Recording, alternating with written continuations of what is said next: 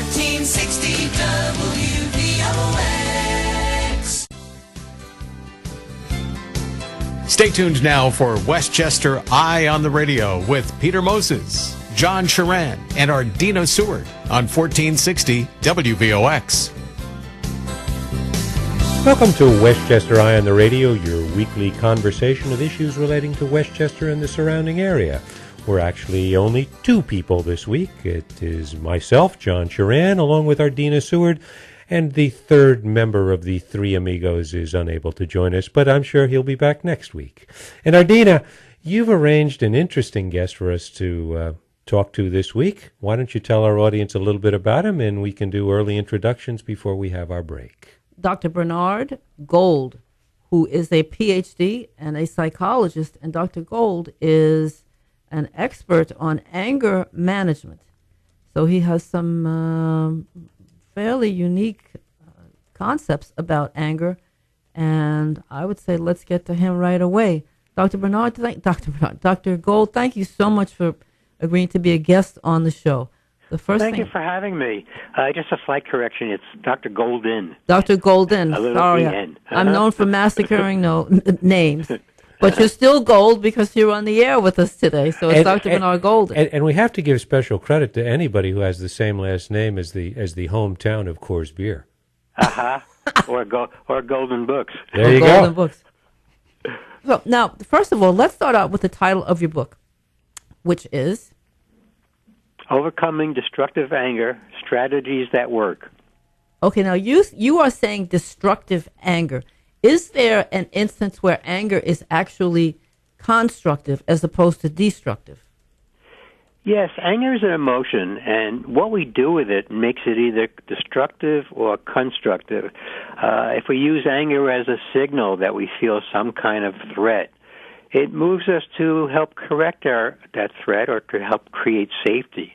If we use anger as a signal to look inward, anger is always a reaction to some perceived threat, but also a distraction and a reaction to other kinds of suffering, for example, feeling inadequate, feeling powerless, feeling anxious. So it could be a signal that uses us, that informs us. And then also, we can then, for example, if anger that's constructive moves us to take action in a constructive way, political movements or activation in charity groups. So it can go in either direction. Dr. Gold, I was wondering. Golden. I'm sorry. There you go. See, you're guilty of my sins. I'm guilty already. There you go. Dr. Golden, I was wondering, when we talk about anger here, this is a emotion that is something everybody feels at some time or another. I think, we first encounter this when we deal with young children. I know they often refer to the terrible twos and things like that. How does anger develop in a person from an early age? Well, even at an early age, the child, especially the 2-year-old, is wanting to assert himself, him or herself. So when we have a key desire that feels threatened, my independence, my sense of self, we feel threatened. So we experience anger as a way to react to that sense of threat, and it forms, for example, as a fight, flight, or freeze response in our brain, and desires such as connection, desires such as trust and safety. When those are threatened, the anger is often a result.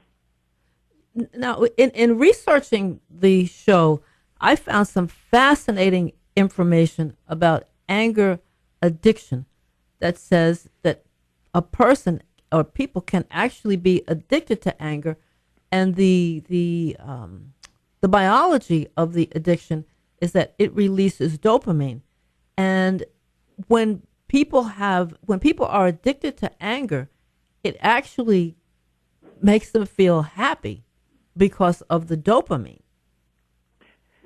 Does that have any credibility? Well, when we're angry, what happens physiologically is that hormone cortisol increases, It gets our heart beating, breathing more rapidly, gets us, like I said, to fight or flight. And so when people act out the anger, the moment they're focusing on something else other than the tension in their body, there is a relief. There is a satisfaction. So in a sense, there's that rush of having that elevation and then reducing it by focusing outward on the situation or the person that contributes to it. So immediately there is a decrease in cortisol. And it seems to me, we're talking about the possible positive aspects of anger. It seems to me that some athletes actually are able to channel their anger and actually to use it to rise to a higher level. And we'll talk to Dr. Bernard Golden about that in a little bit. We're going to have to take a break here. Dr. Golden, this is our longest break of the day. We have a back-to-back news break and business break, so stay with us. You're listening to the show Westchester Eye on the Radio here on WVOX 1460 AM and heard worldwide at WVOX.com.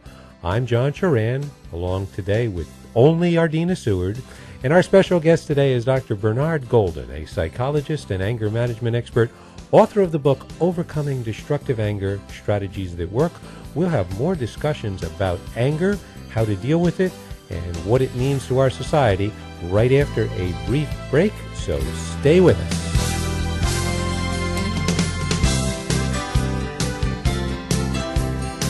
WVOX. Let's return now to Westchester Eye on the Radio with Peter Moses, John Charan, and Ardina Seward on 1460 WVOX. Welcome back to Westchester Eye on the Radio, our weekly discussion of issues relating to Westchester and the surrounding area. I'm John Charan, along with Ardina Seward, and our special phone-in guest today is Dr. Bernard Golden, psychologist and anger management expert and author of the book Overcoming Destructive Anger, Strategies That Work.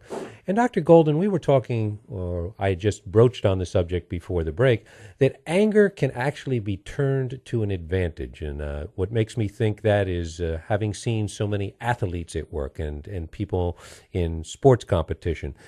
Could you talk a little bit about how a person can use anger to his advantage? Sure. Anger gives us focus in terms of concentration and attention, and it does energize us physically. In sports, it used to be the idea was to be aggressive. You want to get to your goal with as quickly, as effectively as possible. And I think at times sports becomes aggressive in the sense of hurt or injure other people. And I think bearing that difference in mind could be helpful. But in terms of actual sports, it's one situation where the anger can be constructive and arousing of energy. I hear. I know that you have construction in the background, but that's okay. We will deal with it, and we won't get angry. I might.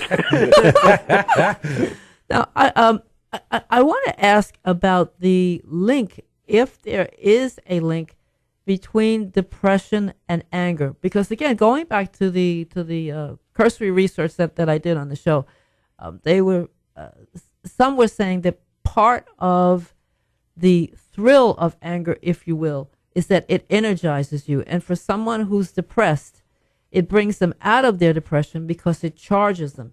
Is that a positive thing, number one? And number two, is that a true link? No, there are definitely some links with anger and depression. And give you an example. My friends know that I do a lot of work with anger management, and they then assume that I'm seeing clients who are yelling and screaming all the time at other people. And I indicated to them that I see people often who are depressed who have an internal dialogue that is hypercritical, that reflects anger at oneself. And so part of depression, when it has that internal self-critical, judgmental voice, reflects anger at oneself. And sometimes, for some individuals, getting angry may only lead to them to redirect it at themselves. If they can direct it outward, to some degree, that would be a little improvement at times, actually. Doctor, I'm curious, has the concept of anger being an issue for society to be concerned about, has that grown through the years? I mean, we didn't used to hear too much about this, say, back in the 40s, the 50s, and the 60s, but it seems to be much more pervasive today. Right. I remember in the 70s, there was a study done how many journal articles were on depression, anxiety, and anger. And at that time, I think there was, in that 1 year, and I forget the exact year, but like 900 studies were on depression, 400 were anxiety, and maybe about 75 were on anger. And it hasn't been studied. It doesn't have a diagnosis like depression or anxiety, diagnoses that have been well substantiated and researched. There are psychologists now who are trying to get it included in the manual as a diagnosis, but it hasn't been studied as much, and it kind of goes across the different diagnoses, so that was another reason that it wasn't seen as a separate issue. Now, we've talked a lot about anger in its sense, in its defining anger, what anger is.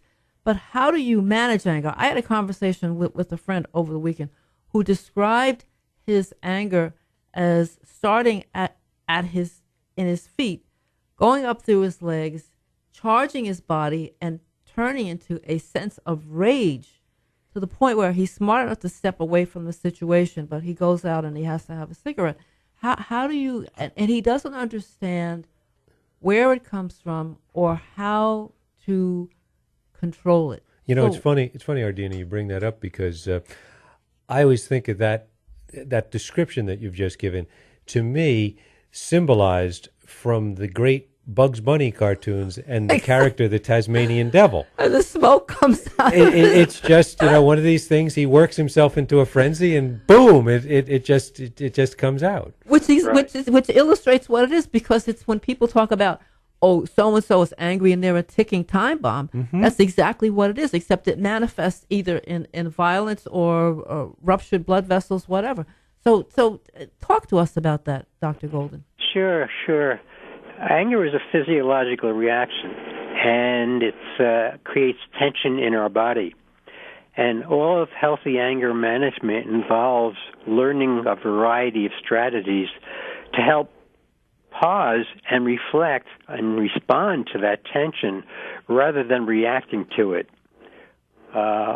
Whether it's learning to do relaxation exercises ahead of time. Let me clarify. We all want a quick answer to how do we deal with our anger. Anger is a habit that develops over time. It's a habit in thinking, in feeling, and in our body. And habits take time to change. And so the more someone practices relaxation exercises, a body scan, they could become more comfortable and evoke calmness in their body. The more they learn to recognize maybe unrealistic expectations that contribute to their anger, then they become more aware in the moment that it's happening. I encourage my clients, for example, and I describe this in the book, to take a emotional pulse check several times a day and a body scan, just asking yourself at any given moment, what are the feelings I'm experiencing? And doing a body scan so we become more aware of where tension is in our body and more connected to the body. But it's a matter of sitting with that tension and learning strategies and new habits to be able to do that. Dr. Golden, some of our listeners may be interested in learning more about you, learning more about how they can be in touch with you, finding out some of the products and things that you've developed. Is there a website or any other way that people can contact you? Sure. My website is angermanagementeducation.com, and I have information about my services, my approach toward anger, as well as links to other resources as well, and certainly through my book, Overcoming Destructive Anger.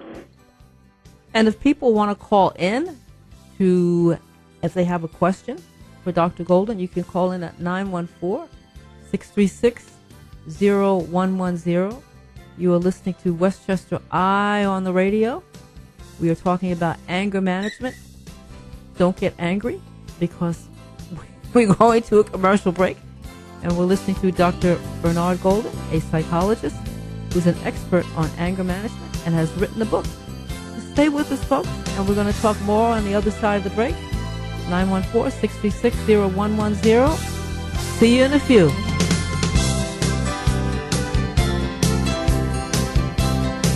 Let's return now to Westchester Eye on the Radio with Peter Moses, John Sharan, and Ardina Seward on 1460 WVOX.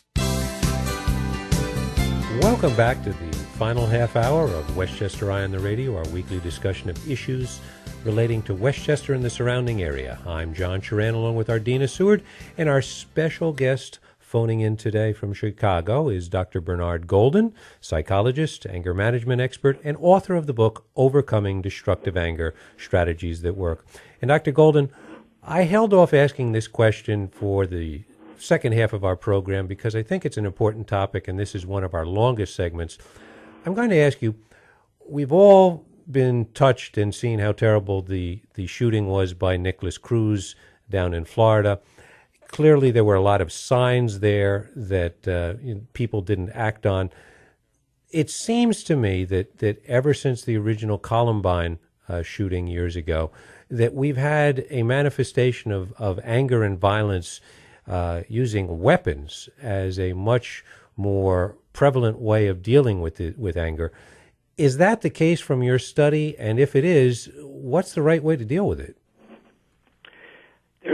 There are so many factors that contribute to that and to those kinds of incidents. I was an elementary school teacher in the South Bronx in the late 60s and early 70s, and part of my role was to have yard duty. And there were times when I had to wave the children to go into the school because some adolescent gangs were coming through the schoolyard. They weren't carrying guns at that time. They were carrying sticks, and then they had a chain once in a while. And even some incidents, if you heard about it or observed it or read about it, there wasn't that frequent use of guns. And so we're living in a time when there is a proliferation of guns accessible. We also live in a time where the Internet, people can say on the Internet with all kinds of anonymity. I talked about reining in our reaction to anger. Well, it's easier to maybe voice what you feel if there's not going to be any repercussion or people to silence you or to disagree. There are a number of reasons why there's more acting out of that kind of anger. And we have on the line a guest, frequent caller into the program, Steve. Steve, welcome back to the show, and I understand you've got a question for Dr. Golden. Well, actually, you might want to listen to it. But John and Ardina, I missed you on Friday. I was up there with Peter. Is Peter in today? No, Peter is off today. Peter has an issue at home that he's addressing, and so we're flying just the two of us. I see. Well, it's good to hear from you. But anyway, as far as anger management, I would suggest having a slice of sausage pizza from Louie and Ernie's in the Bronx. And I was out with Peter the other day, and I was a little angry with him, but that slice of pie, I got to tell you, changed everything. Well, that'll give you an angry stomach. So, but thanks for the plug. Ardina, where were you the other day? Thanks for the plug. That's a topic of another discussion. Well, if I can intervene, actually, having grown up in the Bronx, a slice of pizza is a great remedy for anger. But well, I just thought I'd interject that. So I don't know if the doctor believes me, but yeah. Thanks, Steve. What do you think? Thanks, Steve. Good to hear from you. Dr. Golden, what does anger do to you physically? Physically, the hormone cortisol increases, and what that does is makes your heart go faster. Usually when we're angry, we have more shallow breathing. Some people I work with will say, I feel tension in my arms. Some say throughout my entire body. Some isolate it, they say in my chest. I feel it there. I've worked with some clients who say just around my eyes. So physiologically, we all have similar reactions, but how it's experienced might be different individually. It's interesting to notice that when some people I see who have anger that goes from 0 to 60 immediately, I ask them, what are you feeling in your body when you're angry? And many of them can't tell me. Because, as I said, when you translate anger into aggression, your attention is outward. It's not on what you're experiencing internally. And so there's an example where anger is a distraction for some kind of inner suffering. And part of that suffering is that physical tension that arises in our physiology. It reminds me, when I was a little girl, there was a sermon that was delivered at church, and it was about emotions. And the minister, who was very wise, told a story about a man who said, anger will kill you. And he said, the next man who makes me angry will kill me.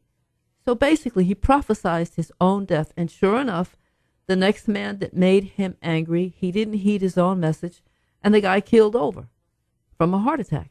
And that always kind of resonated in my brain. I mean, when I'm stuck in traffic, or when I get angry when I'm stuck behind the slowest person in the aisle at the supermarket.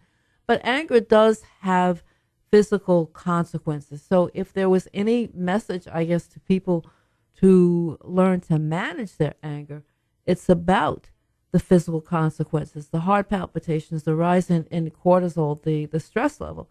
And there are even, I think holistic people say that it even contributes to cancer. I don't know about that, but I'd like to get back to quick fix. I mean, a lot of people who are listening to the show are driving, or they're in the throes of an angry situation, and they're sitting there saying, yeah, this guy may be right, but right now I'm really ticked off, and I need a remedy right away. I hate to put you on the spot because I know you're a clinician, but what does somebody do in that in that situation? I'll give you two examples of how to respond with traffic. One is to picture the other driver as a 5-year-old with the same adult head. And what that does is, if you can get just even the beginning of a smirk on your face, your physiology is going to go in a different direction than going into the anger spiral. If you can picture that person, 5-year-old body, the adult head. The other is, be aware, when we drive, I ask people all the time, so what percentage of people in your city drive with caution and consideration? And living in Chicago, I get very low numbers for that. And so at the same time, if someone cuts you off, do you remind yourself, oh, yeah, only about 20%, 30% actually drive with caution, so I guess that person is part of the 60 or 70% that doesn't. Unfortunately, it doesn't work that way because our emotional mind is still expecting people to behave in a certain way. And so I think when we are in traffic, be aware of the expectation you have and whether it's realistic or coming from your emotional mind as a wish and hope. I can't believe there's congestion. Well, it's rush hour. People drive without consideration. That often happens. In addition to the congestion of driving, I'm sure there's other factors. I know, you mentioned Chicago. You don't have really kind winters there most of the time. I would think that the weather would also probably have an impact in certain issues there. People at times forget how to drive once the first snowfall. They have to remind themselves. It takes a few snowfalls to get back into a habit. And then I should say that, again, anger is a reaction to a perceived threat. It could be a perceived threat to our resources, our time, our energy. It could be a threat to ourselves physically or emotionally. And so that's another factor in terms of situations where you feel there's a threat to your time, especially on the road, for example. On the other hand, someone says to you, your spouse says they spent a certain amount of money on something, and might be a threat to your finances. The challenge for anger management is to recognize how much of a threat is this really to me at this present time, or am I just experiencing it as a threat? we are going into our final quarter hour, and we are going to talk more on the other side of the break. We are listening to Dr. Bernard Golden, who has written a book on anger management, and I don't have my glasses on. The book is called Anger Management Education. Oh, his website is angermanagementeducation.com. Forgive me. There are reasons why they're ophthalmologists.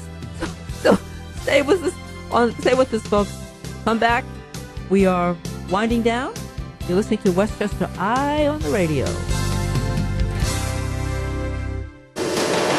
With world and national news, here is the latest Eye on the Radio with Peter Moses, John Sharan, and Ardina Seward on 1460 WVOX.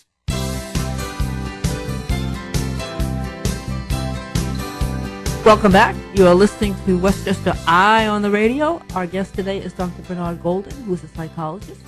He has written a book called Overcoming Destructive Anger, Strategies That Work, and he is an anger management expert. Dr. Golden, I wanted to ask you about how to diffuse a situation. We've talked a lot about people who are actually victims, I guess is the right word, victims of anger, but how does somebody diffuse a situation where you have somebody who is angry? I mean, I've watched hostage negotiators do it, and they are masters. They are phenomenal men and women who sometimes take hours to calm someone down. Now, hopefully nobody's going to be in that situation, but for the audience, how do you deal with that? Again, think of anger as, I like to look at anger as an attempt at self-compassion, that I become angry when I'm feeling hurt or threatened. And so the first thing would be to learn all the strategies you can to calm your own anger, and then to speak in a low voice and slower down your pace, because emotions are contagious. And so if you respond with calmness, that's one factor that contributes to helping reduce someone else's anger. Also, acknowledging their anger, saying, I can tell you're angry. But now you remind yourself that anger is just a reaction to some other form of inner suffering. So you might say, I can tell you're angry. Maybe you're hurt. Maybe you're feeling ignored. Maybe you're feeling devalued. That wasn't my intention. Could we talk about that? You're emphasizing that you're being more empathic with the hurt behind it, acknowledging the anger and then talking about that. So doing that in a low voice and responsive, you're trying to become more empathic with what is the pain that they're feeling. Even though it may or may not make sense to you, you're trying to understand how is it they're experiencing threat. And part of helping someone de-escalate is to help them feel greater safety in your presence. Dr. Golden, could you tell us if there's any signs that somebody can look for to see perhaps somebody losing control of their anger to perhaps a dangerous level? Someone who often described as a hothead, someone who does go from 0 to 60, meaning very quickly without the arousal seems so over the top for a particular event, someone who's angry on a daily basis, or the anger it could be just with personal relationships, or it could be pervasive at work with relationships across the board in daily life, and certainly the frequency with which that happens. How about people? I know certain people vent, and this is one way for them to cope, that they just let it out and then they move on. How do you distinguish between those sorts of situations? In the past year, there's been an upgrowth of places called anger rooms, where people could not only emotionally vent, but break things in the room. And venting is initially, physically, it calms us, whether it's physical activities, sports, or yelling in a car. It can reduce that tension associated with anger. At the same time, it doesn't give us any information about what the anger means to us, the feelings behind it, the hurt behind it. You're also, the more we play thoughts out in our mind, we're repeating it, we're strengthening the habit. So while it can work to reduce the tension at the moment, it doesn't get better understanding or develop new habits. But in cases of dating and relationships, when does a woman walk away from an angry man? And a lot of women just sort of say, well, this is how he is, he'll calm down. But at what point do you say, see ya? I emphasize that if you experience that your partner is not respecting your feelings, not only in words, but behavior is really the gauge to observe whether they're respectful or not. And they're yelling and screaming, and it's not just whether it's intoxicated, whatever. At some point, if they're not over time respecting your feelings, communicating "I don't care," at some point you have to ask yourself, now, why am I in this relationship? And sometimes people stay in those relationships because it's familiar. There's a lot of emotion, and sometimes we grow up feeling that the only connection we have is during times of that kind of intense anger. So do you think in abusive relationships where women actually become enablers to the behavior? That can't happen. That they, as long as they're there to stay in the presence of that person, they're really contributing it to it, rather than setting limits. And when I say set limits, it's on a 1 to 10 scale. Not wait until 10 when you yourself are angry or fearful. That at 3 or 4, either say it's me, I need to calm myself, I need to go in another room, or I need to leave. Well, sometimes you will hear in cases of domestic abuse where the woman internalizes it and she says, well, I made him angry. He is angry, and the abuser himself will say, you made me angry. So how does somebody break that cycle? There's a difference, and we often confuse it. Anger is just the emotion, and a person might act on it and become aggressive. There's a distinct difference between that.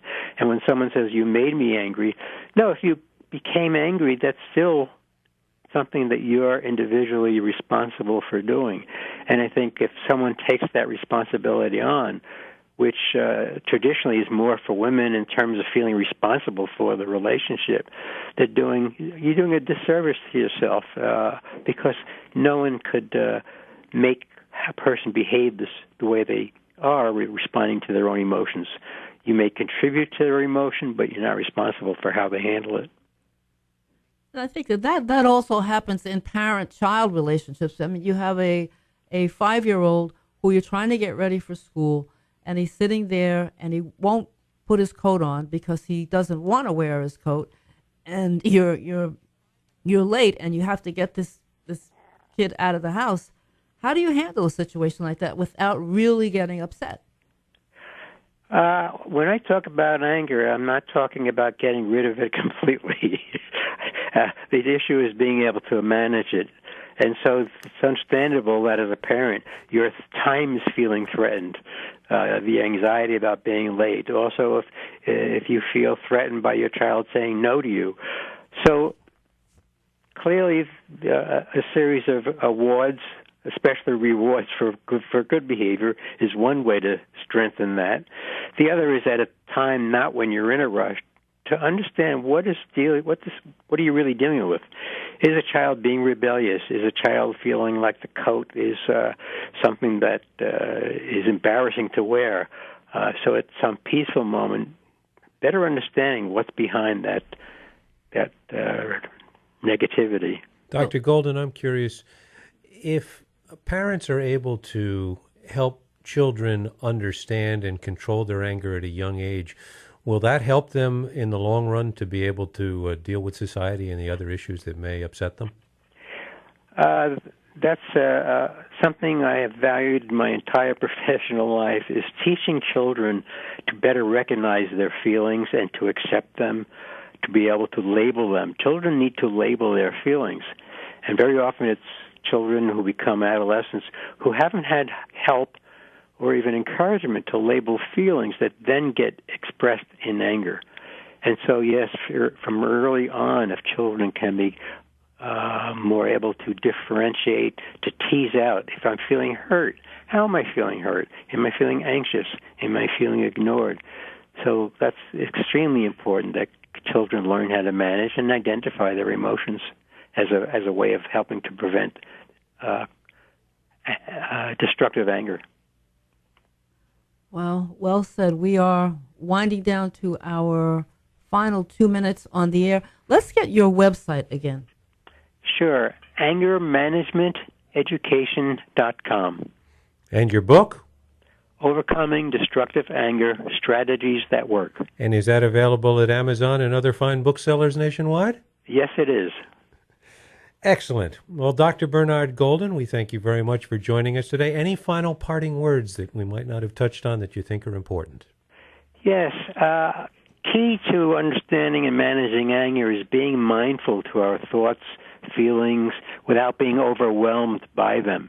And one particular strategy that I've used in my book is mindfulness and mindfulness meditation. The key to reminding yourself about anger is that regardless of any habits you've had in the past, that you can develop new habits that are more constructive for dealing with it. And that's a great way to sign out. There is hope, folks. Control that temper. Thank you, Dr. Bernard Golden. Ardina, who's our guest next week? I'm not going to give away the whole farm, but this guy is a legend, and all I'm going to tell you is a graffiti expert. I see. From way back. This is a real, I am so excited that I am nervous. This has been an idol of mine. Well, if that's not a great tease, I don't know what is. You've been listening to Westchester Eye on the Radio here on WVOX 1460 AM and heard worldwide at WVOX.com. I'm John Charan along with Ardina Seward, and we thank today's special guest, Dr. Bernard Golden. 1460 WVOX and WVIP HD2, New Rochelle.